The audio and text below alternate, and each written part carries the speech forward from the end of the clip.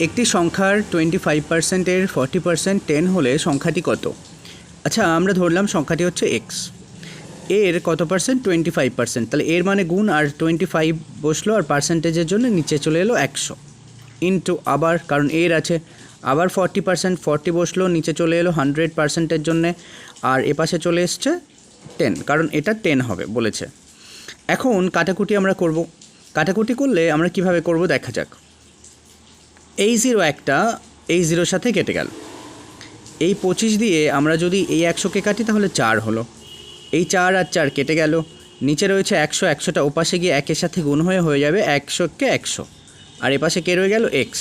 এখানে এই 4 আর এই পাশের 0 আর এই পাশের 0 কাটে গেল একটাই কারণে, মাঝখানে সমান আছে তাই ওপর কাটে গেল। এক্সের মান আমাদের কত বেরিয়েছে? 100 বেরিয়েছে।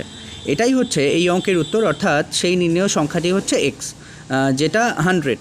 এই ধরনের কন্টেন্ট প্রতিনিয়ত এই চ্যানেল থেকে আপলোড করা হয়। চ্যানেলের শর্ট সেকশনটি ভিজিট করুন, যেখানে হাজারো শর্টকাট ট্রিকের সাহায্যে ম্যাথ করে দেওয়া রয়েছে। চ্যানেল পেজটি ভিজিট করে সাবস্ক্রাইব করে সঙ্গে থাকুন।